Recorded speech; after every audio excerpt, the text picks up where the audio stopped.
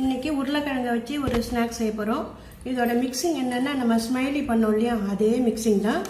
2 உருளைக்கிழங்கை நல்லா ஒரு 4 விசில் வச்சு நல்லா குழைய வேக வச்சு நல்லா மசிச்சுக்கணும். அதில் கொஞ்சமாக உப்பு சேர்த்துட்டு தேவையான அளவு கார்ன்ஃப்ளவர் மாவு சேர்த்து பூரி மாவுக்கு பிசைகிற மாதிரி இதை பிசைஞ்சுக்கணும்.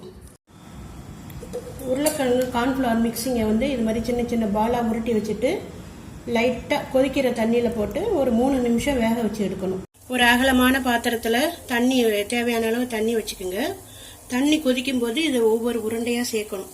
எப்படி நீர் உருண்டை வேக வைப்போமோ அது மாதிரி இதை ஒரு 5 நிமிஷம் மிதமான தீயில வேக வைக்கணும். இது வெந்துடுச்சுன்னா தானாகவே மேலே எழும்பி வரும்.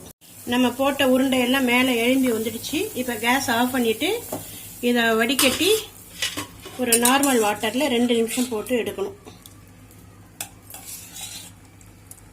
கேஸ் ஆன் பண்ணி ஒரு கெட்டி வானலில் போட்டு 4 ஸ்பூன் எண்ணெய் விடுங்க.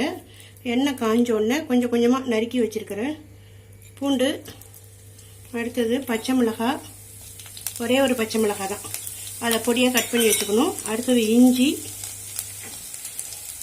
அடுத்தது வெங்காயம் தக்காளி, ஒரு அரை தக்காளி அரை வெங்காயம், 1/4 கேப்சிகம் அதையும் பொடியாக நறுக்கி வச்சுருக்கிறேன். இதில் கொஞ்சமாக மஞ்சள் பொடி, கொஞ்சமாக காரப்பொடி சேர்த்து கொஞ்சமாக உப்பு போட்டு வதக்கணும்.